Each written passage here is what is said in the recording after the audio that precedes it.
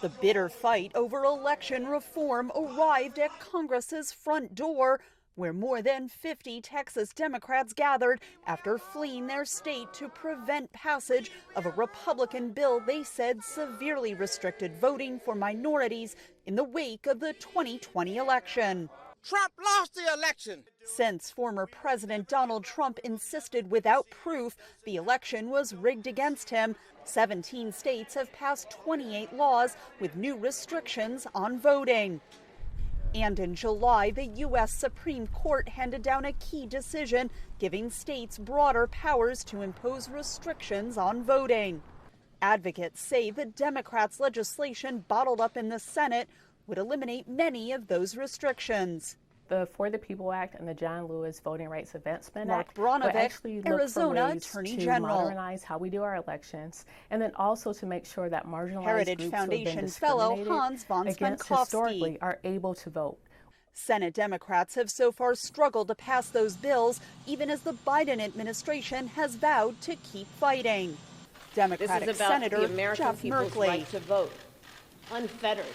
It is about their access to the right to vote in a meaningful way.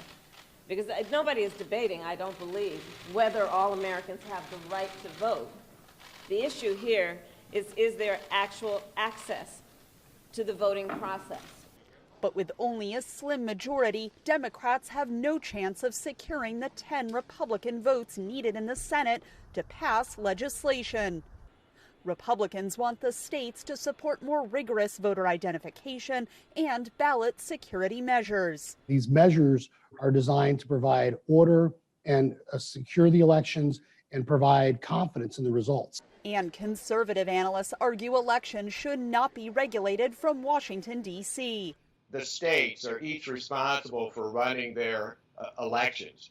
This bill, H.R. 1, which Democrats are urging Congress to pass, would lead to a federal takeover of the administration of elections across the country. It has many other changes like that in essence get rid of the kind of basic security and safety protocols and measures that states put in place to try to safeguard the integrity and security of the election process.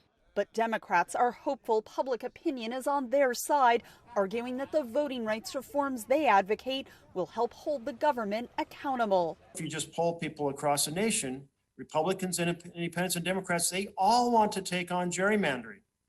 They all want to take on dark money that allows billionaires and corporations to buy elections. They all want to protect the ballot box as the pulsating heart of our republic.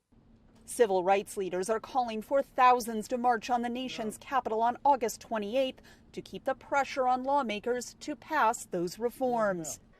Catherine Gibson, VOA News, Washington.